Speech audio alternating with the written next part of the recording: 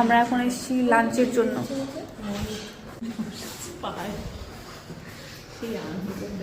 সবাই আমরা খেতে বসেছি এখন। আরেকটা উচ্ছে আলু ভাজা, ও মাই গড।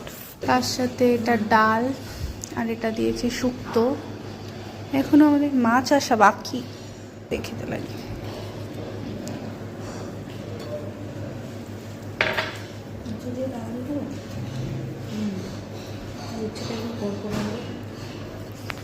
আরটা দিয়েছে এটা আলু পোস্ত। এটা হলো আমাদের আজকে স্পেশাল পমফ্রেটের ঝাল। দেখে তো ভালোই লাগছে গো।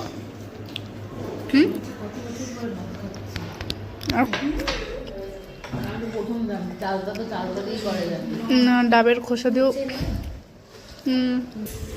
আরে কিছু হয় না। বাবা একদমই পারে না, আমি যদিও বা পারি, বাবা একদম পারে না। মাছটার সাইজটা অনেক বড়।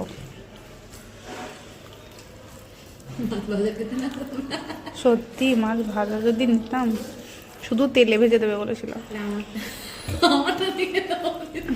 আমি বুঝতে পারিনি, আমি জানি মশলা।